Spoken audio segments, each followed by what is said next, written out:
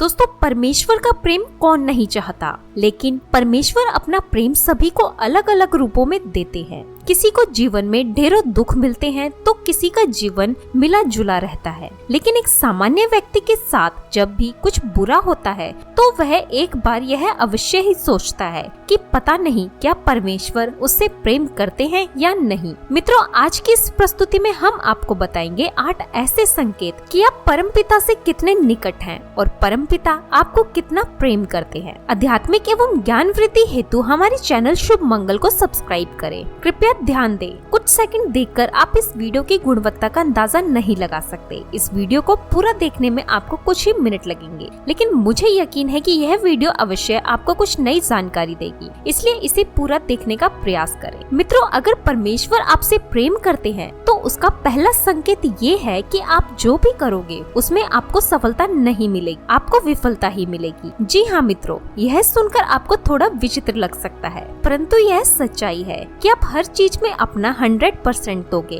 परिश्रम और मेहनत करोगे, लेकिन आपको सक्सेस नहीं मिलेगी और यह बार बार होगा जब तक कि आपकी आंखें नहीं खुल जाती। मित्रों, दूसरा संकेत है आपको अपने ऊपर जो विश्वास है वह खत्म हो जाएगा। जी हाँ मित्रों, जब परमेश्वर आपके साथ होते हैं तो आपको बिल्कुल अकेला फील होता है। आप नहीं समझ पाओगे कि आपको आगे क्या करना चाहिए। आप खुद को एक ऐसी स्थिति में महसूस करोगे जहां आपकी कोई मदद नहीं कर सकता। आप किसी को अपनी परेशानी शेयर नहीं कर पाओगे। अगर किसी को अपनी परेशानी बता भी दोगे तो वह उनके लिए बहुत छोटी बात होगी या फिर वह लोग आपकी बात पर ध्यान ही नहीं देंगे। मित्रों, ईश्वर का तीसरा संकेत है आपके जीवन में दुख अपनी चरम सीमा पर होंगे। हाँ मित्रों, आपको लगेगा मेरे जीवन में इससे बुरा क्या हो सकता है। आप दुख की चरम सीमा को महसूस कर लेंगे। मित्रों, आपने महान लोगों का जीवन तो देखा ही होगा। सभी अपने जीवन में बड़े से बड़े दुखों में घिरे और उनके अंदर वैराग्य है और इस जीवन और सांसारिक सुखों के आगे ईश्वर को जानने की उनके मन में प्यास जगी और अंत में उन्होंने परमेश्वर का साक्षात्कार भी प्राप्त कर लिया। मित्रों, इस दुखों से मनुष्य टूट जाता है,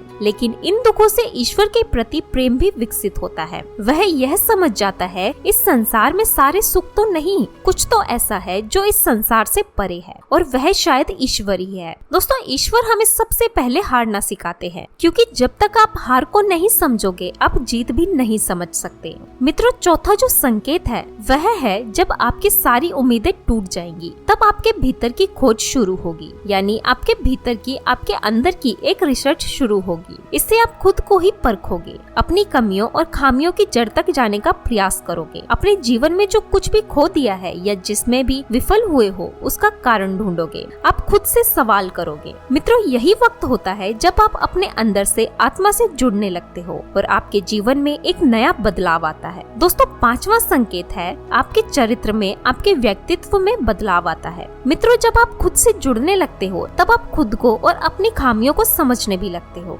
इससे आप खुद को बदलना और तराशना शुरू कर देते हो। आप पहले से ज्यादा शांत, स्थिर, चीजों को गहराइयों से समझने वाला बनने लगते हो। मित्रों, जब भी हम ईश्वर की राह में जाने लगते हैं तब वह सबसे पहले हमारे अंदर परिवर्तन लेकर आता है ताकि हम उसकी भाषा को समझ सके। मित्रों, जब तक हम परमेश्वर के गुणों को नहीं समझ सकेंगे तब तक हम ईश्वर और उसके प्रेम को भी नहीं समझ सकेंगे। इसलिए ईश्वर हमारे अंदर बदलाव लाते हैं, हमें उनकी भाषा को समझना सिखाते हैं, चाहे फिर वह दुख हो या कोई और खास अनुभव। छठा संकेत है आप किसी भी चीज में हार या जीत का अनुभव नहीं करोगे। मित्रों, यह वह वक्त होगा जब आप बदल चुके होंगे, आपके अंदर बदलाव आ रहा है। अब आपका जीवन के प्रति दृष्टिकोण बदलता जाएगा, जिससे सांसारिक जीवन में घट रही घटनाओं का आप पर असर कम होगा। बाहर सांसारिक जीवन में घट रही घटनाओं को आप एक नाटक के रूप में देखना शुरू कर दोगे, न कि एक वास्तविकता के रूप में। आपके अंदर साक्षी भाव आ जाएगा। आपके लिए संसार महज एक नाटक होगा, इससे ज्यादा और कुछ भी नहीं। दोस्तों, सातवां संकेत है जब आपको यह महसूस होने लगेगा कि आप ईश्वर के बहुत निकट पहुंच चुके हो, तभी आपके जीवन में सबसे बड़ा झटका लगेगा।